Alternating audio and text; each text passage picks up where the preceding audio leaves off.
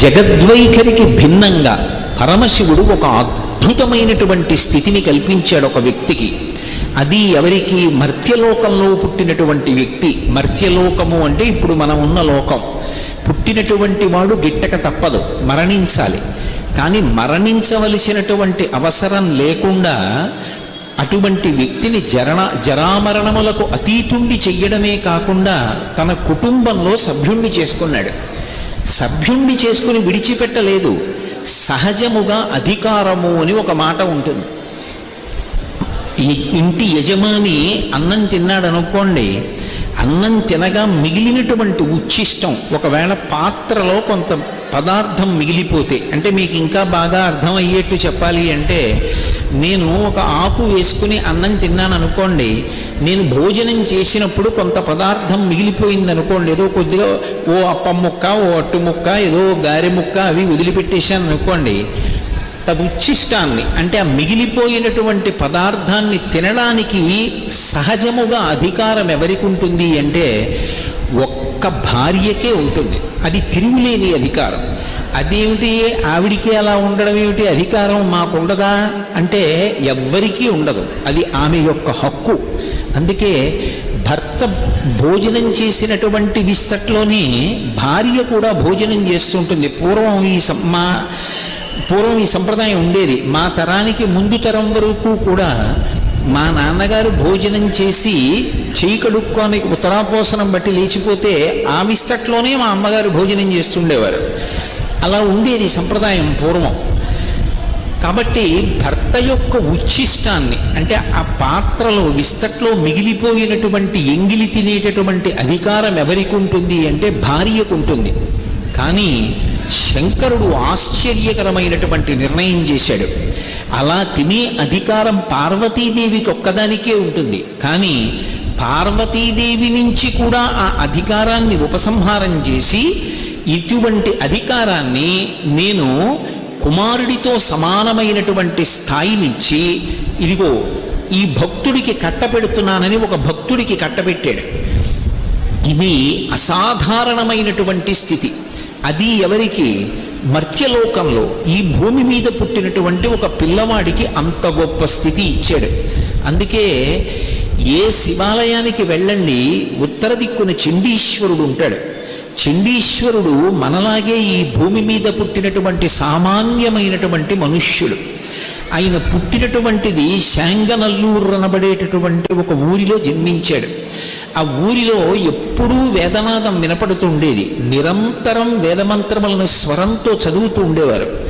అంతగా వేదం చదువుకున్నటువంటి విద్వాంసుల చేత వేదమునందు అత్యంత శ్రద్ధ కలిగినటువంటి బ్రాహ్మణ కుటుంబములతోటి అగ్రహారాలతోటి నిండిపోయినటువంటి ఊరు. అటువంటి ఊరిలో యచ్చదత్తనుడు అని ఒక బ్రాహ్మణుడు. ఆయనకి వేదం మీద అపారమైనటువంటి నమ్మకం. ఆ యచ్చదత్తనుడు అనబడేటటువంటి ఆయనకి ఒక కుమారుడు జన్మించాడు. ఆ పిల్లవాడి పేరు విచార శర్మ. ఆ విచార శర్మ చిన్నతనంలోనే యుక్తమైనటువంటి వయస్సులో ఉపనయనం పొందాడు. తండ్రి ఉపనయనం చేసి వేద విద్యాభ్యాసం కోసమని గురువుగారి దగ్గరికి పంపించాడు. చక్కగా వేదమంతా చదువుకున్నాడు. స్వరంతో మంత్రానికి ప్రాణప్రతిష్ఠ చేసి పలుకుతాడు. అటువంటి పిల్లవాడు ఒక రోజున బ్రహ్మచారులతో కలిసి వీధిలో వెడుతున్నాడు. వెడుతుండగా అటుగా కొన్ని గోవులు వెళ్ళిపోతున్నాయి. ఆవులు వెడుతున్నాయి. ఆ ఆవులను కాపాడేటటువంటి రక్షకుడు ఆ వెనక వెడుతున్నటువంటి వ్యక్తి ఒక పెద్ద కర్ర తీసుకుని ఆ ఆవు యొక్క వీపు మీద గట్టిగా మోస్తున్నాడు. ఈ పిల్లవాడు పరుగు పరుగున వెళ్ళి ఆ గొల్లవాని చేతిలో కర్ర పట్టుకున్నాడు. పట్టుకుని అన్నాడు, ఏమయ్యా గవామంగీషు తిష్టంతి భువనాని చతుర్దశ అని సామెత. సామెత ఏమి? లోకోక్తి లేదా ఆర్యోక్తి, పెద్దల చేత చెప్పబడింది. అసలు ఈ 14 లోకములు దేని యందుంటాయి అంటే ఆవు యొక్క శరీరంలో ఉంటాయి. అంత పూజనీయమైనటువంటి ప్రాణి ఆవు. అటువంటి ఆవుని పట్టుకొని కర్ర పెట్టి కొడుతున్నావే, దీని చేత విశేషమైనటువంటి పాపాన్ని సంతరించుకోవట్లేదా? ఎందుకు కొడతావు ఆవుని? విడిచిపెట్టు. నీకు అసలు ఆవుని పోషించడం రాదు. ఆవుని ఎంత పవిత్రంగా చూడాలో, ఆవుని ఎలా కాపాడాలో, ఆవుకి ఎలా మేత పెట్టాలో నీకు తెలియలేదు. కాబట్టి నువ్వు విడిచిపెట్టేసేయి, ఇవాళ నుంచి ఈ గోవులన్నిటినీ కూడా నేను పొలానికి తీసుకెళ్ళి కడుపు నిండా మేపి తీసుకొస్తానన్నాడు. అంతగా వేదం చదువుకున్నటువంటి ఆ పిల్లవాడు చేసినటువంటి అభ్యర్థనని తిరస్కరించలేక ఆ గొల్లవాడు ఆ ఆవుల మందని ఈ పిల్లవాడికి అప్పచెప్పాడు. పిల్లవాడు తండ్రి యొక్క అనుమతి తీసుకొని ప్రతిరోజు ఈ గోవులన్నింటినీ తీసుకెళ్లి పొలంలో మేపుతూ ఉండేవాడు. ఆవులు మేస్తుండేవి, ఈమెమో వేదమంత్రాలన్నింటినీ ఆమ్నాయం చేస్తూ ఉండేవాడు. ఆ ఆవులు ఎంతో ప్రీతి చెందాయి. ఆ వేదంలో చెప్పబడినటువంటి మంత్రభాగాన్ని విని ఆనందించినటువంటి ఆ గోవుల యొక్క సమూహం ప్రతిరోజు కూడా ఒక వరుస క్రమంలో ఆవులన్నీ విచార శర్మ దగ్గరికి వచ్చి పాలు విడిచిపెడుతుండేవి. ఆవు పాలు నిష్కారణంగా పోవడం ఎందుకు అని ఈ పిల్లవాడు కొన్ని కుండలు తీసుకొచ్చి అక్కడ పెడితే ఒక్కొక్క ఆవు వచ్చి దాని పొదుగు కుండ మీదకు వచ్చేటట్టుగా నిలబడి శిరమలలోంచి తమంత తాముగా పాలు స్రవించి కుండలు నింపి వెళ్ళిపోతుండేవి. ఈ పిల్లవాడు ఈ పాలన్నింటినీ కూడా తీసుకెళ్ళి ఒక చోట పెట్టి ఆ ఇసుకలోనే ఒక దేవాలయం కట్టేవాడు. ఇసుకలో దేవాలయం కట్టడం మీరు చూసి ఉంటారు. ఇక్కడే ఏలూరు పక్కనే తమ్మిలేరు అని చెప్పి ఒక ఏరు ఉంది. చిన్నప్పుడు మేమందరం ఆ ఏట్లో ఆడుకున్న వాళ్ళమే. పాదం అందులో పెట్టి దాని మీద తడి ఇసుక వేసి గట్టిగా నొక్కితే అది ఏదో ఒక ఇల్లు కట్టినట్టుగా ఏర్పడుతుంది. ఒడుపుగా ఎక్కువ కదపకుండా మెల్లిగా పాదాన్ని వెనక్కి లాగేస్తే చిన్న గుహలా ఏర్పడుతుంది. అందులో మెల్లిగా దానికి అటు ఇటు అంటుకున్న ముద్దల్లాంటి ఇసుక తీసేసి ఒడుపుగా చెయ్యి పెట్టి ఆ చేతితో ఇసుకంతా కొంచెం లాగేసి కొద్దిగా తడి ఇసుక తీసి మధ్యలో చిన్న వేదికలా నిర్మాణం చేసి మందార పువ్వులు ఉంటాయి. ఆ మందార పువ్వు రేఖలు విప్పేస్తే మధ్యలో దాని దుడ్డు ఉంటుంది. ఆ దుడ్డు లోపల తెల్లగా శివలింగాకృతిలో ఒక చిన్న పలుకు ఉంటుంది. ఆ పలుకు తీసి జిగురుగా ఉంటుంది. ఆ వేదిక మీద ఆ శివలింగాకృతిలో ఉండేటటువంటి పలుకు ఉంచి దానికి చుట్టూ తడి ఇసుకతోటి గోడలు కట్టి ఓ చీపురు పుల్ల పెట్టి దానికి ఓ కాగితం పెట్టి ధ్వజస్తంభం అని చెప్పి చిన్నప్పుడు ఆడుకుంటూ ఉండేవాళ్ళం. ఇదే తమ్మిలేట్లో ఆడుకునేవాళ్ళం. నాతో ఆడుకున్న స్నేహితులు కూడా ఉన్నారు ఈ సభలో. కాబట్టి అది పెద్ద విశేషం కాదు. ఏటి ఒడ్డున ఉన్నవాళ్ళు, నదీ తీరంలో ఉన్నవాళ్ళు, సముద్రపు ఒడ్డున ఆడుకునేవాళ్ళు ఇటువంటివి చేస్తూ ఉంటారు. విచార శర్మ ప్రతిరోజు అలా ఒక దేవాలయాన్ని నిర్మాణం చేసేవాడు. అక్కడ కుండలు పెడితే ఆవులు తీసుకొచ్చి పాలు విడిచిపెట్టేవి. సైకత లింగం చేసేవాడు. ఇసుకతో శివలింగాన్ని చేసి మైమరచిపోయి పరమానందంతో, నేను ఉపన్యాసం ప్రారంభించినప్పుడు శంకర భగవత్పాదుల యొక్క శ్లోకాన్ని ఉటంకించానే, ఆనందాశ్రుభిరాతనూతి పులకం నైర్మల్యతశ్చాదనం వాచా శంఖముఖస్థితైశ్చ జఠరాపూర్తిం చరిత్రామృతైః రుద్రాక్షైర్భసితేన దేవ వపుషో రక్షాం భవద్భావనా పర్యంకే వినివేశ్య భక్తి జననీం భక్తార్భకం రక్షతి.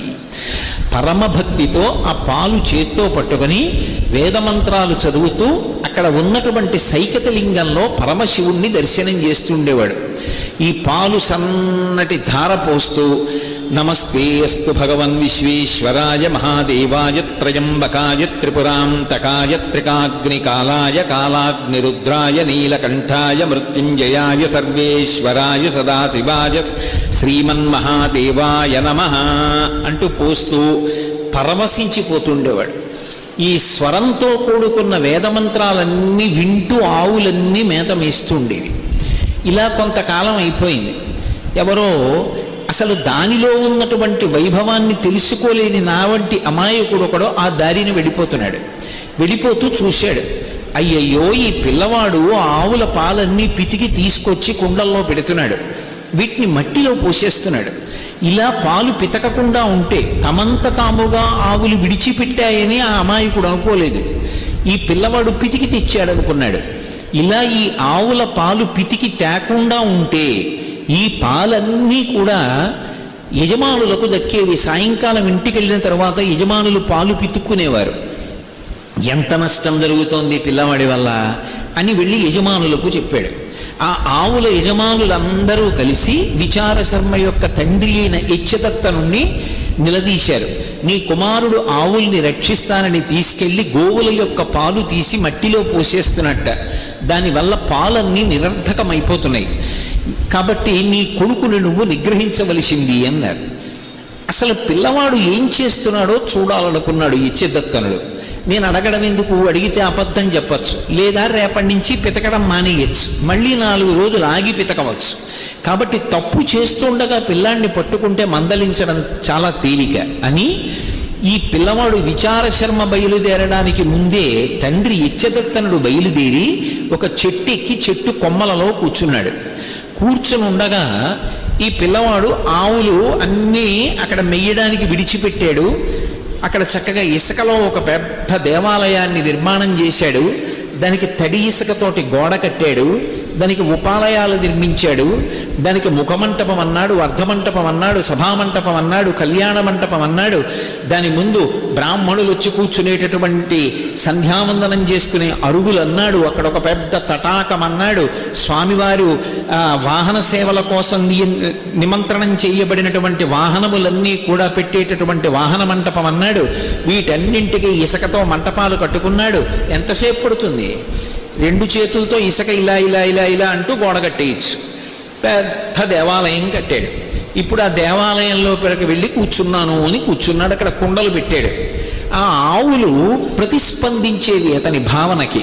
అవి వచ్చి ఒక్కొక్క ఆవు 4 శిరములలో 1 శిరము నుండి పాలు విడిచిపెట్టేవి, మిగిలిన 3 శిరములలోంచి పాలు వదిలేవి కావు.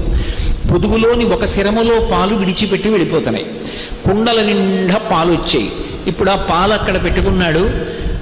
రుద్రమంత్రాలతో పరమశివుడికి అభిషేకం మొదలుపెట్టాడు. మొదలు పెట్టగానే చెట్టు మీద కూర్చున్న తండ్రి చూశాడు. అరే రే ఎంత పనిచేస్తున్నాడు రా పిల్లాడు. నిన్నటి రోజున వాళ్ళు చెప్పినది యథార్థమే. ఈ పిల్లవాడు పాలన్నీ తీసుకెళ్లి ఇసుకలో పోసేస్తున్నాడు, నిష్కారణంగా పాలన్నీ పాడైపోతున్నాయి అని కోపంతో పిల్లవాడు అభిషేకం మొదలు పెట్టగానే చెట్టు దిగొచ్చాడు. చెట్టు దిగొట్టి పిల్లవాడి భుజం మీద చెయ్యి వేసి గట్టిగా కుదిపాడు, విచారశర్మ విచారశర్మ. కానీ ఆ పిల్లవాడు తదేక నిష్టలో చదవడం నోటికి అలవాటైపోయింది కాబట్టి నోరు స్వరంతో మంత్రం చెప్తోంది. కానీ ఆయన మనస వాచ కర్మణ పూర్తిగా శివభక్తిలో మునిగిపోయి ఉన్నాడు. అతనికి ఆ సైకతలింగంలో పరమశివుడు ప్రత్యక్షం అవుతున్నాడు. పరమానందంతో ఆవు పాలు పోస్తూ అభిషేకం చేస్తున్నాడు. తండ్రి పిలిచినా కుదిపినా పలకలేదు. ఆ తండ్రికి ఎక్కడ లేని కోపం వచ్చింది. ఈ పిల్లవాడు పిలిస్తే పలకట్లేదని కాలుతో అక్కడ ఉన్నటువంటి ఆవు పాల కుండని ఒక్క తన్ను తన్నాడు. కుండ బద్దలైపోయి ఆవు పాలన్నీ కింద పడిపోయి అక్కడ ఉన్నటువంటి ఆ దేవాలయాన్ని ఇసుకతో కట్టినటువంటి దాన్ని ఒక్క తన్ను తన్నాడు. ఆలయం అంతా భిన్నమైపోయి ఇసుక చిమ్ముకుపోయింది. పిల్లవాడు ఇలా పక్కకి తిరిగి చూశాడు. కాలు కనపడింది. ఇది తండ్రి పాదమే గుర్తించాడు. అయినా మహాపరాధం చేశాడు. పరమశివుడికి అభిషేకం చేయడానికి తీసుకొచ్చినటువంటి ఆవు పాల కుండ భిన్నం చేశాడు. అక్కడతో ఊరుకోకుండా ఆకాలితోటే శివాలయాన్ని ధ్వంసం చేశాడు. నా తండ్రి రక్షింపబడాలి అంటే ఆ కాలు తెగిపోవడం వినా మార్గం లేదు. నా తండ్రిని రక్షించుకోవడానికి, ఈ అపరాధం నుంచి గట్టెక్కించడానికి ఏ కాలుతో ఆవు పాల కుండని ఇసుకతో కట్టిన దేవాలయాన్ని తన్నాడో ఆ కాలు నేను నరికేస్తానని అక్కడ ఉన్నటువంటి గొడ్డలిని ఒకదాన్ని తీసి తండ్రి కాలి మీద విసిరాడు. ఆ గొడ్డలి తగిలి తండ్రి కాలు తెగిపోయి రక్తధారలు కారిపోతుండగా తండ్రి కింద పడి శరీరం విడిచిపెట్టాడు. పశ్చాత్తాపడకుండా శివ ఇంత అపరాధం చేశాడు, నా తండ్రి క్షమించమని శివుడికి విజ్ఞాపన చేశాడు. పరమశివుడు అతని యొక్క భక్తికి కదిలిపోయాడు. ఇది శంకర భగవత్పాదులు అంటారు, గభీరే కాసారే విశతి విజనే ఘోర విపినే విశాలే శైలీ చ భ్రమతి కుసుమార్థం జడమతి సమర్పీ చేత సరసిజముమానాదభవతే సుఖేనావస్థాతుం జనయిహ న జానాతి కిమహో అంటారు. మనసార దర్శనం చేస్తూ ఆయన పాదముల మీద ఒక్క మారేడు దళం వేస్తే చాలు, పరమ సంతోషాన్ని పొందుతాడు. ఆయన కానిది, ఆయన ఇవ్వనిది లోకంలో ఏముంది కనుక ఆ విచారశర్మ యొక్క అపారమైనటువంటి భక్తికి పరవశించినటువంటి శంకరుడు పార్వతీ సహితుడై వృషభవాహనారూఢుడై భూమి మీదకి దిగి ప్రత్యక్షమయ్యాడు. వెంటనే విచారశర్మ లేచాడు, స్తోత్రం చేశాడు. అడగకుండా పరమశివుడు వరమిచ్చాడు. ఇక నుంచి నా గణములలో ఒక గణానికి నిన్ను అధిపతిని చేస్తున్నాను, నీ పేరు చండీశ్వరుడు అని పిలుస్తారు. ఈశ్వర శబ్దంతో పిలవబడతావు. నంది ఎలా నందీశ్వరుడు అనిపించుకున్నాడో నువ్వు చండీశ్వరుడు అనిపించుకుంటావు. నీవు ఎప్పుడూ నా దగ్గర ఉంటావు. నేను కట్టుకుని విప్పినటువంటి బట్టలు, నేను ధరించి విడిచిపెట్టినటువంటి ఆభరణములు, నేను తినగా మిగిలినటువంటి ఉచ్ఛిష్టము అంటే అశేషము మిగిలిపోయినటువంటి పదార్థము నీకు మాత్రమే దక్కుతాయి. ఇక పైన ఎవ్వరూ కూడా వాటిని తీసుకోవడానికి వీల్లేదు, అవి నీకు మాత్రమే దక్కుతాయని చెప్పి వరమిచ్చాడు. అందుకే ప్రతి శివాలయంలోనూ ఉత్తర దిక్కున చండీశ్వర స్థానం ఉంటుంది. చిన్న గుడి ఉంటుంది. అందులో చండీశ్వరుడు ఎప్పుడు యోగనిష్టలో ఉంటాడు. ఆయన పద్మాసనం వేసుకుని హృత్పద్మమునందు మనసులో ఆ పార్వతీ పరమేశ్వరుల దర్శనం చేస్తూ రమిస్తూ ఉంటాడు. మనం ఒక కొబ్బరికాయ శివాలయానికి పట్టుకెళ్ళామనుకోండి, ఆ కొబ్బరికాయ కొట్టి 2 చెక్కలు ఈశ్వరుడికి నైవేద్యం పెట్టి మనకి ప్రసాదంగా సగం ఇస్తారు, ఓ కొబ్బరి చెక్క ఇస్తారు, కాసిన అరటిపళ్ళు ఇస్తారు. ఇస్తే వాటిని తిన్నగా ఇంటికి తెచ్చుకోకూడదు. శివుడి యొక్క నిర్మాల్యాన్ని, ప్రసాదాన్ని విడిచిపెట్టేయకూడదు. చాలా మంది తెలిసి తెలియక ఒక మాట అంటుంటారు, శివాలయం నుంచి ప్రసాదం తెచ్చుకోకూడదు అంటుంటారు. బాగా వినండి, శివాలయం నుంచి ప్రసాదం పట్టికెళ్ళి తీరాలి ఇంటికి. దాన్ని గోడ మీద పెట్టేయడం, నంది దగ్గర పెట్టేయడం అటువంటి పిచ్చి పనులు చేయకూడదు. ప్రసాద తిరస్కారము బహుదోషము, ప్రసాదాన్ని తిరస్కరించకూడదు. అందుకే అన్నవరం సత్యనారాయణ స్వామి కథలో ప్రసాదాన్ని తీసుకోకుండా ఆ పిల్ల భర్తని చూడ్డానికి వెళితే పడవ మునిగిపోతుంది. ఒక కథలో ఏమిటి, ప్రసాదం తినకపోతే పడవలో ముంచేసేటంతటి పైశాచికవాదా పరమేశ్వరుడు? అంత పైశాచిక మనస్తత్వం ఉన్నవాడా? కాదు. ప్రసాదము అంటే అనుగ్రహము, ఈశ్వరానుగ్రహము ప్రసాదం రూపంలో లోపలికి వెళ్ళి అందులో 6వ వంతు మనస్సుగా మారి మనకున్నటువంటి సమస్యలకి కావలసినటువంటి పరిష్కారం అదే మనసులో బుద్ధి నిర్ణయించి ప్రచోదనం చేస్తుంది. ఆ ప్రసాదం లోపలికెడితే సమస్యకి పరిష్కారం లోపల పుడుతుంది. అలా ఆ ప్రసాదము ఈశ్వరానుగ్రహము కనుక ఎవరు ప్రసాదమును తిరస్కరించాడో వాడు ఈశ్వరుడు యొక్క అనుగ్రహాన్ని తిరస్కరించినట్లు లెక్క. ఈశ్వరానుగ్రహాన్ని తిరస్కరిస్తూ వెడితే ఈశ్వరుడు యొక్క ఆగ్రహమునకు గురవుతాం. అందుకే శివాలయంలో కూడా ప్రసాదాన్ని తిరస్కరించకూడదు. కానీ శివాలయంలో ప్రసాదం ఇచ్చినప్పుడు అది ఒక మారేడు దళమో ఒక పువ్వో అనుకోండి, అది పట్టుకుని చండీశ్వర స్థానం దగ్గరికి వెళ్ళాలి. వెళ్ళి ఆయన దగ్గరికి వెళ్ళి కొంతమంది చప్పట్లు కొడుతూ ఉంటారు. ఎందుకండి కొట్టారు అన్నారు అనుకోండి, ఆయనకి చెవుడండి అందుకని అలా కొడితే తప్ప ఆయన వినడంటారు. చాలా పొరపాటు. ఆయనకి చెవుడు మూగ అటువంటివి ఏం లేవు. ఆయన మహానుభావుడు, యోగనిష్టలో ఉంటాడు. ఎప్పుడు హృత్పద్మమునందు పార్వతీ పరమేశ్వరుల దర్శనం చేస్తూ కన్నులు మూసుకుని ఉంటాడు. ఆయన దగ్గరికి వెళ్ళి చిటిక వెయ్యాలి. అందుకే చిటికల చండీశ్వరుడు అంటారు. ఇలా చిటిక వేశాననుకోండి, ఆయన కళ్ళు విప్పుతాడు. ఇలా ఎందుకు రానా తపస్సు భగ్నం చేశావు, ఎందుకు చిటిక వేశావు అని ఇలా కళ్ళు విప్పుతాడు. వెంటనే మనకిచ్చిన ప్రసాదం ఆయనకి చూపించి, స్వామి శంకరుడు తినగా మిగిలిన ప్రసాదాన్ని నేను ఇంటికి పట్టుకెడుతున్నాను అనుగ్రహంగా, కానీ అది మీకు దక్కాలి అని చెప్పి శివుడి యొక్క శాసనం, మీరు అనుగ్రహించండి, దీన్ని ఇంటికి పట్టుకెడతానని ఇలా ఆయనకి చూపించాలి. చూపిస్తే ఆయన చూసి శుభం భూయా పట్టుకెళ్ళంటాడు. అప్పుడు ఆ ప్రసాదాన్ని ఇంటికి తెచ్చుకోవాలి. శివాలయంలో ప్రసాదాన్ని తెచ్చుకునేటటువంటి విధానం అది. అలా తెచ్చుకోవాలి. అంతేకాని అది మారేడుదలం లాంటిది అనుకోండి, శ్రీశైలం లాంటి క్షేత్రాల్లో అయితే ఒక మారేడుదలం అయితే దాన్ని నోట్లో వేసుకొని నవిలి మింగేస్తారు. కానీ ఇన్ని మారేడుదలాలు ఇచ్చారనుకోండి, ఏం చేయాలి? నంది మీద పెట్టకూడదు. బాగా జ్ఞాపకం ఉంచుకోండి ఈ మాట. శివ నిర్మాల్యమునకు ఒక పెద్ద విశేషం ఉంది. శివ నిర్మాల్యము అంటే శివుడికి పూజించినటువంటి పదార్థం నేల మీద పడి ఉండగా తొక్కినా, దాన్ని దాటినా పూర్వజన్మలలో చేసుకున్న పుణ్యం, ఇప్పటి వరకు చేసుకున్నటువంటి పుణ్యం క్షయమైపోతాయి, పోతాయి. అందుకే ఎవరు నందీశ్వరుడి మీద అలా పెట్టేస్తారో వాళ్ళ వల్ల పోతూ ఉంటుంది ఇతరులకు పుణ్యం. ఎందుకని వాడు నంది మీద పెట్టి వెళ్ళిపోతాడు. గాలి వేసింది, ఆ మారేడు దళాలు కింద పడిపోయి, కింద పడిపోయినటువంటి మారేడు దళాన్ని వెనక వెళ్ళిన వాడు తొక్కాడు. ఇప్పుడు ఆ పాపం ఎవరిది? ఇద్దరికీ వస్తుంది. కానీ ప్రధానంగా పాపం ఎవరిది? నందీశ్వరుడి మీద పెట్టిన వాడికి. నందీశ్వరుడి మీద పెట్టకూడదు. అతిభక్తి అన్న పేరుతోటి అఘాయిత్య పనులు చేయకూడదు. కొంతమంది తీసుకెళ్ళి శివాలయంలో అరటిపండు ఇచ్చారనుకోండి, ఓ ముక్క తీసి నందీశ్వరుడి యొక్క ఆ మూతికి రాసేసి వెళ్ళిపోతారు. అక్కడి నుంచి ఇంతంత ఈగలు బయలుదేరి ఆయన నోటి చుట్టూ ముక్కుల్లోకి వెడుతుంటాయి. ఆయన నిరంతరము శివదర్శనం చేస్తుంటాడు. ఆయనకి అది ధ్యానభంగం కల్పిస్తుందా, కల్పించదా? ఒక ఆలయంలోకి వెళ్ళాము అంటే ఆలయం యొక్క మర్యాదని పాటించాలి. ఆలయం ఒక్కరికి సంబంధించినది కాదు. దేవాలయం అనేటటువంటిది అందరి ఆత్మోద్ధరణకు సంబంధించినటువంటి విషయం. ఆలయం విషయంలో అందరూ సంతోషపడేటట్టు, అందరూ ఉద్ధరణ పొందేటట్టు ప్రవర్తించాలి తప్ప ఆలయ వ్యవస్థ యొక్క పవిత్రత పాడయ్యేటట్టుగా ఏ ఒక్కరూ ప్రవర్తించడానికి అధికారము పొంది ఉండరు. అందుకే నంది మీద పెట్టకూడదు ఎప్పుడు నిర్మాల్యాన్ని. చండీశ్వరుడి దగ్గరికి వెళ్ళి చూపించాలి. అది ఇన్ని మారేడు దళాలో ఇన్ని విడి పువ్వులో ఇచ్చారనుకోండి, ఆ చండీశ్వరుడి దగ్గర విడిచిపెట్టి, స్వామి నేను కళ్ళకద్దుకుని తల మీద పెట్టుకుని వెడుతున్నాను, నాకు ప్రసాద స్వీకార ఫలితాన్ని అనుగ్రహించండి, ఈశ్వర ప్రసాదం స్వీకరించినట్లుగా నన్ను కాపాడండి అని అక్కడ పెట్టి వెళ్ళిపోవచ్చు. అదో కొబ్బరి చెక్కో అరటిపండు అనుకోండి, చక్కగా ఇంటికి పట్టుకెళ్ళి అందరూ సేవించవచ్చు తప్ప శివాలయంలో ప్రసాదం ఇంటికి తీసుకెళ్ళకూడదు అనేటటువంటి మాట ఎక్కడా లేదు. దీనికి నేను ప్రమాణం ఒకటి చూపిస్తాను. శంకరాచార్యుల వారు సౌందర్యలహరిలో ఒక శ్లోకం చేశారు.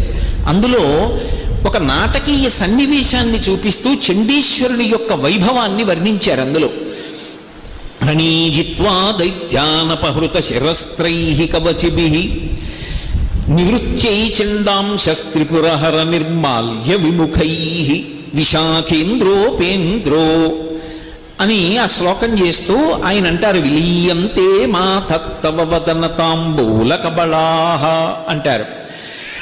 ఒకానొకప్పుడు రాక్షసుల మీదకి యుద్ధానికి వెళ్ళారు దేవతలందరూ. దేవతలకి నాయకత్వం ఎవరు వహిస్తారు అంటే దేవతా సైన్యమునకు నాయకుడు సర్వసైన్యాధిపతి సుబ్రహ్మణ్యేశ్వర స్వామి వారు. అందుకని సుబ్రహ్మణ్యుడిది నాయకత్వం. ఆయన నాయకత్వంలో వెళ్ళినప్పుడు రాక్షసుల్ని చంపడానికి ఆయన ఉపయోగించేటటువంటి ఆయుధం శూలం. ఆ శూలంకి పేరు శక్తి. అందుకే ఇప్పటికీ ద్రవిడ దేశంలో శక్తివేల్ అని పేరు పెట్టుకుంటారు. వేల్ అంటే ఆయుధం, వేలాయుధన్ అని వాళ్ళు పేరు కూడా పెట్టుకుంటారు. ఆ సుబ్రహ్మణ్యుడి చేతిలో ఉన్నటువంటి శూలమే పేరుగా ఉంటారు వాళ్ళు. అటువంటి ఆయుధం అమ్మవారి యొక్క స్వరూపం అది. ఇప్పుడు ఈ ఆయుధాన్ని పట్టుకుని సుబ్రహ్మణ్యేశ్వర స్వామి వారు రాక్షసులందరినీ సంహరించి దేవతలకి జయాన్ని సాధించారు. దేవతలకి ఉపద్రవం వస్తే దేవతలకు అందరికీ కూడా పరిపాలకుడు ఇంద్రుడు. ఇంద్రుడికి తమ్ముడు ఉపేంద్రుడు. ఉపేంద్రుడు అంటే వామనమూర్తి. వామనమూర్తిగా వచ్చిన వారు శ్రీ మహావిష్ణువు. వీళ్ళు ముగ్గురు ఎప్పుడూ కూడా దేవతా సైన్యాల్ని రక్షించి రాక్షసుల్ని పరిమారుస్తుంటారు. అందుకే విశాఖేంద్రోపేంద్రో శశి విశిత కర్పూర శకలాహ అన్నారు. వీళ్ళు ముగ్గురు రాక్షసుల మీదకి యుద్ధానికి వెళ్ళారు. యుద్ధానికి వెళ్ళి యుద్ధంలో గెలిచారు. పరిగెత్తుకుంటూ వచ్చారు. ఎవరికి చెప్పాలి ఈ వార్త? తల్లిదండ్రులు ఇద్దరూ పార్వతీ పరమేశ్వరులు పరిగెత్తుకుంటూ ఇంటికి వచ్చారు. ఆ వచ్చి తొందరగా వెళ్ళి చెప్పాలి. ఆ గెలవడానికి కావలసిన శక్తి అంతా ఎక్కడి నుంచి వచ్చింది? ఆదిశక్తి అమ్మవారు. అమ్మవారి నుంచి వచ్చింది. నేను అమ్మవారి దగ్గరికి పరిగెత్తుకెళ్ళి చెప్పాలి, అమ్మ నీ అనుగ్రహంతో గెలిచాను రాక్షసుల్ని అని చెప్పాలి. అమ్మ దగ్గరికి పరిగెత్తుకెళ్ళాలంటే రణీజిత్వా దైత్యానపహృత శిరస్త్రైః కవచిభిః. వాళ్ళు శిరస్త్రాణాలు పెట్టుకున్నారు. శిరస్త్రాణాలంటే మీకు తేలిగ్గా అర్థం అవ్వాలంటే హెల్మెట్లు అనుకోండి. యుద్ధంలో వాడేటటువంటి శిరస్త్రాణం, శిరస్సును రక్షించుకోవడానికి పెట్టుకుంటారు, లోహంతో తయారు చేసినవి. అవి తీసి పక్కన పెట్టేశారు. కానీ కవచం విప్పుకోవాలంటే చాలా సమయం పడుతుంది. ఎందుకంటే అది చాలా గట్టి లోహంతో చేస్తారు. అదేమి మామూలు బట్టతో చేసింది కాదు. లోహంతో చేసి ఇనుము, ఉక్కు మొదలైన వాటితో చేసిన గుండీలు ఉంటాయి. వాటిని ఎంతో జాగ్రత్తగా అందులోకి పొదివి మిలి తిప్పుతారు. అది విప్పుకోవాలి అంటే సహాయకుడి యొక్క పర్యవేక్షణలో ఒక సహాయకుడు సహాయం చేస్తుండగా జాగ్రత్తగా ఆ ఇనుము ఉక్కుతో చేయబడినటువంటి గుండీని విప్పి తిప్పుకుని, పరమ బరువుగా ఉంటుంది, దాన్ని విప్పి ఒక చోట పెట్టాలి. అంతసేపు ఆగుదామంటే కుదరదు. ఎందుకని? గబగబా పరిగెత్తికెళ్ళి అమ్మవారికి చెప్పాలి, అమ్మా మేము విజయం సాధించామని. అందుకోసమని వీళ్ళు ముగ్గురు ఏం చేశారంటే, అమ్మవారి దగ్గరికి వెళ్ళాలనేటటువంటి త్వరలో ఆ తల మీద పెట్టుకున్నటువంటి కవచాన్ని తీసి పక్కన పెట్టారు. కానీ ఆ తల మీద పెట్టుకున్న శిరస్త్రాణం పక్కన పెట్టారు, కవచం మాత్రం విప్పుకోలేదు. విప్పుకుంటే ఆలస్యం అయిపోతుంది. గబగబా అమ్మ దగ్గరికి పరిగెడుతున్నారు. అమ్మ ఏం చేస్తోంది? తాంబూల చర్వణం చేస్తోంది. ఆవిడ తాంబూలం వేసుకుని నవ్వులుతోంది. అది పతివ్రతా లక్షణం. ఎవరైనా సరే భర్తగారు పొద్దున్న పూజ చేసినప్పుడు భగవంతునికి సమర్పించినటువంటి తాంబూలాన్ని ప్రతి సువాసిని కూడా, అంటే పసుపు కుంకాలు ఉన్నటువంటి ఆడవాళ్ళు మధ్యాహ్నం వేళ ఆ తాంబూలాన్ని నవలాలి. ఆ తాంబూలాన్ని నవలడం అనేటటువంటి హక్కు ఎవరిది అంటే ఒక్క సువాసినికే ఉందా అధికారం. అందుకే అమ్మవారికి చేసేటటువంటి ఉపచారాలన్నిటిలోకి చాలా గొప్ప ఉపచారం తాంబూల సమర్పణ. అసలు తాంబూలం అమ్మవారు వేసుకున్నటువంటి ఆ నోటిని దర్శనం చేస్తే వచ్చేటటువంటి ఫలితాలు నేను చెప్పలేను అని పరోక్షంగా చెప్పారు శంకరాచార్యులు వారు. ఆ నోటి వంక చూస్తే అంత ఫలితం. అటువంటి తల్లి, అది సువాసిని అధికారం. ఆమె నిత్యాయ త్రిగుణాత్మనే పురజితే కాత్యాయని శ్రేయసే సత్యాయాద్య కుటుంబినే మునిమన ప్రత్యక్ష చిన్మూర్తయే అంటారు శంకరులు. ఆది కుటుంబం, లోకమునంతటినీ కన్న తల్లి, ఆ బ్రహ్మకీట జనని. అందుకని ఆ తల్లి తాంబూలం వేసుకుని ఉంది. అందులో పచ్చకర్పూరపు చిన్న చిన్న కళికలు ఆమె నాలుక మీద ఉన్నాయి. ఈ ముగ్గురు పిల్లలు పరిగెత్తుకుంటూ లోపలికి వెడుతున్నప్పుడు అక్కడ భోజనం చేసినటువంటి విస్తరాకు ఒకటి కనపడింది. అరిటి ఆకు అనుకోండి, ఒక ఆకులో వడ్డించకూడదు. ఒక ఆకులో వడ్డించడం దోషం. 2 ఆకులు వేసి వడ్డించాలి. అందుకే మీరు ఎప్పుడైనా చూశారో లేదో, సంప్రదాయం తెలుసున్నటువంటి వాళ్ళ ఇంటికి వెడితే ఆకు వేసి, ఒకవేళ కింద ఆకు వేయకపోతే ఆకు చివరి భాగం తుంచి ఆకు కింద వేస్తారు. 2 ఆకులు వేయకుండా భోజనం పెట్టకూడదు. అందుకని వాళ్ళు అలా వెళ్ళిపోతున్నప్పుడు పరమేశ్వరుడు భోజనం చేసినటువంటి ఆకు కనపడింది, లేదా ఆకులు కనపడ్డాయి అనుకోండి. వాళ్ళు ఇలా చూశారు. ఆయన ఏదో కొన్ని పదార్థాలు తిన్నాడు, కొన్ని పదార్థాలు వదిలేశాడు. అవి ఎవరు వండినవి? సాక్షాత్ జగదంబ అన్నపూర్ణ వండినటువంటి పదార్థాలు భర్త కోసం.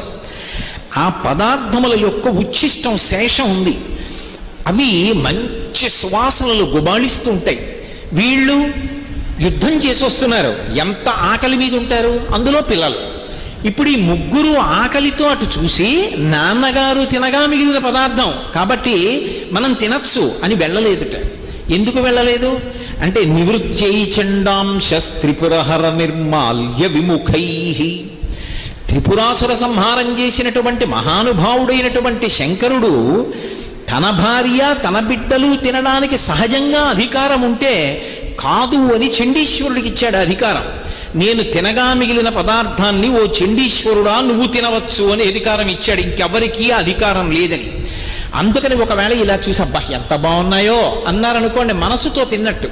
అందుకని వాళ్ళు అసలు దాని వంక చూడకుండా ఇలా తల తిప్పేసుకున్నారట. నివృత్యై చండాంశ త్రిపురహర నిర్మాల్య విముఖై విశాఖేంద్రోపేంద్రో శశి విశద కర్పూరశకలాః విలీయంతే మాతస్తవ వదన తాంబూల కబళాః. వాళ్ళు పరుగు పరుగున వెళ్ళి పార్వతీదేవి ఒక ఆసనం మీద కూర్చుని తాంబూల చర్వణం చేస్తూ ఉంటే పక్కకు వెళ్ళి కూర్చుని అమ్మవారి ముఖం వంక, అమ్మవారి యొక్క నోరు వంక, తాంబూలపు ఎర్రటి రంగు వంక, ఆ తాంబూలంలో ఉన్నటువంటి ఆ తెల్లటి కర్పూర కళికల వంక ఆశ్చర్యంగా ఇలా చూస్తూ ఉండిపోయారట. సరే, ఇప్పుడు నేను సౌందర్యలహరి చెప్పట్లేదు కాబట్టి ఆ శ్లోకం యొక్క వైభవం ఏమిటి అన్నదాన్ని స్పృశించను. కానీ ఒక్క విషయం చెప్తాను. శంకరాచార్యుల వారు కూడా చండీశ్వరుడికి తప్ప పరమశివుడి యొక్క నిర్మాల్యాన్ని తీసుకునేటటువంటి అధికారం వేరొకరికి లేదు అని నిర్ధారించడానికే నివృత్యై చండాంశ త్రిపురహర నిర్మాల్య విముఖై అన్నారు. అందుకే అవి చండీశ్వరుడికి చెందుతాయి కనుక మనం ఎప్పుడైనా శివాలయానికి వెడితే, మళ్ళీ మళ్ళీ చెప్తున్నాను ఈ మాట, ఓ కొబ్బరి చెక్క కానీ అరటిపండు కానీ ఏదైనా ప్రసాదం ఇస్తే శివాలయంలో ప్రసాదం ఇంటికి తీసుకెళ్ళకూడదనేటటువంటి ధూర్త పాండిత్యంతో కూడుకున్న మాటలు చెప్పకూడదు. అది చండీశ్వరుడి దగ్గరికి తీసుకెళ్లి చిటిక వేసి ఆయనకి చూపించి ఆయన అనుగ్రహంతో ఆయన అనుమతితో వాటిని ఇంటికి తెచ్చుకోవాలి. తెచ్చుకుని తత్ప్రసాదాన్ని కుటుంబం అందరూ కూడా స్వీకరించాలి. కాబట్టి చండీశ్వరుడికి అంత గొప్ప అధికారం ఇచ్చాడు.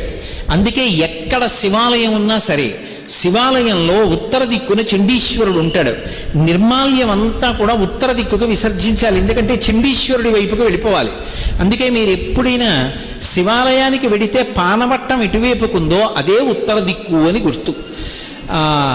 మహానుభావుడు ధూర్జటి శ్రీకాళహస్తి మాహాత్మ్యం చేస్తూ ఒక మాట అంటాడు. ఉదయగ్రావము పానవట్టము అభిషేకో తత్ప్రవాహంబు వార్ధి ధరిధ్వంతము ధూపధూమము జలదీప ప్రభారాశి కౌముది తారానిబహంబులద్భుత సుమంబులుగా తమోదూత సఖ్యతమై సీత గభస్తి బింబ శివలింగం ఒప్పి ప్రాచీదిశన్ అంటాడు. దేవతలు చేసినటువంటి అభిషేక జలాలన్నీ ఉత్తర దిక్కున సముద్రంగా పడిపోయాయి అంటాడు. శివ నిర్మాల్యం అంతా కూడా ఉత్తర దిక్కుకు విసర్జిస్తారు. పూజ మొదలు పెట్టగానే ఉత్తర దిక్కుగా నిర్మాల్యం తీస్తారు. కారణం ఏమిటంటే అది చండీశ్వరుడికి దక్కాలి అని. ఎవరైనా లోకంలో ఆ హక్కుని వేరొకరికి ఇచ్చేటటువంటి అధికారం లేదు. నేను భోజనం చేస్తే నేను భోజనం చేసినటువంటి పాత్రలో మిగిలినటువంటి పదార్థాన్ని నేను ఇవ్వకపోయినా సరే తినేటటువంటి అధికారం సహజంగా ఎవరిది అంటే నా ఇల్లాలిది, నా భార్యది సహజమైన అధికారం. ఆమె నన్ను అడగక్కర్లేదు. నేను విడిచిపెట్టిన ఉచ్ఛిష్టాన్ని తాను తినచ్చు.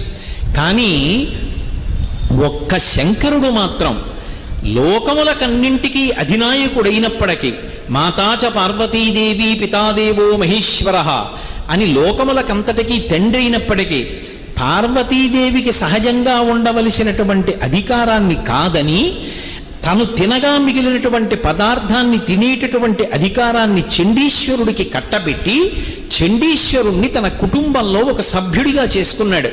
అంటే పరమశివుని యొక్క అనుగ్రహము, ఆయన ఔదార్యము ఎంత స్థాయిలో ఉంటుందో ఎవరు ఊహించలేరు. అందుకే శివుడికి ఒక నామం ఉంది, పటవే నమః అని. అంటే దానికి అర్థం ఏమిటంటే ఆయన ఏమివ్వగలడు అంటే ఆయన ఇది ఇవ్వగలడు అని చెప్పడం ఎవ్వరూ కూడా చెప్పలేనటువంటి స్థితి. ఆయన ఏదైనా ఇవ్వగలడు. ఒకానొకప్పుడు ఉపమన్యువుకి పాల సముద్రాన్ని సృష్టించి ఇచ్చాడు. మన్మధుణ్ణి 3వ కంటి మంటతో సంహారం చేశాడు. యమధర్మరాజు గారిని ఎడమకాలితో తన్ని పడగొట్టాడు. త్రిపురాసురుల్ని ఒక్క బాణంతో పడగొట్టాడు. గజాసురుణ్ణి త్రిశూలం మీద పెట్టి సంహారం చేశాడు. అనుగ్రహించి ఆ ఏనుగు యొక్క తోలు ఒలిచి కట్టుకున్నాడు. ఒకానొకప్పుడు వ్యాఘ్రాన్ని మునులు ప్రయోగిస్తే అవలీలగా ఎత్తి పైకెత్తి పట్టుకున్నాడు. ఆయన చెయ్యలేనటువంటి కృత్యములు లేవు. అతిమానుషిత అద్భుతమైనటువంటి చేష్టితములు. అందుకే శంకరుడి దగ్గరికి వెళ్ళి మనకేం కావాలి అన్నది అసలు మనం అడగక్కర్లేదు. ఒక్క నమస్కారం చేస్తే చాలు. శివుని శిరమున కాసిన్ని నీళ్లు చల్లి పత్తిరి సుమంత నెవ్వాడు పారవయిచు కామధేనువు వానింటి గాడి పశువు అల్ల సురశాఖ వానింటి మల్లె చెట్టు. ఇలా అభిషేకం చెయ్యక్కర్లేదుట. పట్టికెళ్ళి ఇలా నీళ్లు ఇలా చిమ్మాడు ఆయన మీద. ఓ మారేడు దళం పట్టుకెళ్ళి ఇలా విసిరి బారేశాడు. పరమ సంతోషపడిపోయి కామధేనువుని తీసుకొచ్చి వాడింట్లో ఆవుగా కట్టేసి కల్పవృక్షాన్ని తీసుకొచ్చి వాడింట్లో మల్లె చెట్టుగా పాతి పెడతాట. అంతటి అనుగ్రహప్రదాత, అంతటి దయాళు. కాబట్టే శంకరుడి పరివారంలోకి చేరడం కాదు, శంకరుడి యొక్క కుటుంబంలో సభ్యత్వాన్ని పొందగలిగాడు చండీశ్వరుడు. ఎవరు? మనలాగే పుట్టినటువంటి ఒక మర్త్యుడు, సామాన్యమైనటువంటి మానవుడు తదేక దృష్టితో పరమభక్తితో సైకతలింగానికి అభిషేకం చేసినటువంటి కారణం చేత శివాపరాధాన్ని క్షమించలేనటువంటి కరడు కట్టిన భక్తితో నిలబడినటువంటి కారణం చేత శివానుగ్రహాన్ని పొంది అంత స్థానాన్ని పొందాడు. అంటే శివ పరివారం గురించి తెలుసుకోవడం ఎందుకు అంటే 2 కారణముల చేత తెలుసుకుంటారు. ఒకటి, మనం చేసేటటువంటి దోషములుంటే దిద్దుకోవడానికి. ఒక శివాలయానికి వెళ్ళినప్పుడు ప్రసాదాన్ని ఎలా తీసుకోవాలి అన్నది ఎలా తెలుస్తుంది? చండీశ్వరుడి గాథ తెలుసుకుంటే తెలుస్తుంది. 2, శంకరుడు ఎంత ఉదార హృదయుడు, శంకరుడు దేన్నైనా ఎంత అవలీలగా ఇచ్చేస్తాడు. ఇది ఇవ్వడమా ఇది ఇవ్వకపోవడమా అనేటటువంటి అరమరిక లేనివాడు అన్న సత్యం ఆయన యొక్క పరివారానికి సంబంధించినటువంటి విశేషాన్ని తెలుసుకున్నప్పుడు అర్థమవుతుంది. అంతటి మహానుభావుడు. అందుకే ప్రతి శివాలయంలో కూడా ఉత్తర దిక్కున చండీశ్వరుడు ఉంటాడు. చక్కగా చండీశ్వరుడికి నమస్కరించి చిటిక వేసి ఆయనకి ప్రసాదాన్ని చూపించి ఇంటికి పట్టుకెళ్ళి దాన్ని కుటుంబం అంతా స్వీకరించి పరమశివుని యొక్క పరిపూర్ణమైనటువంటి అనుగ్రహానికి పాత్రులు కావాలి.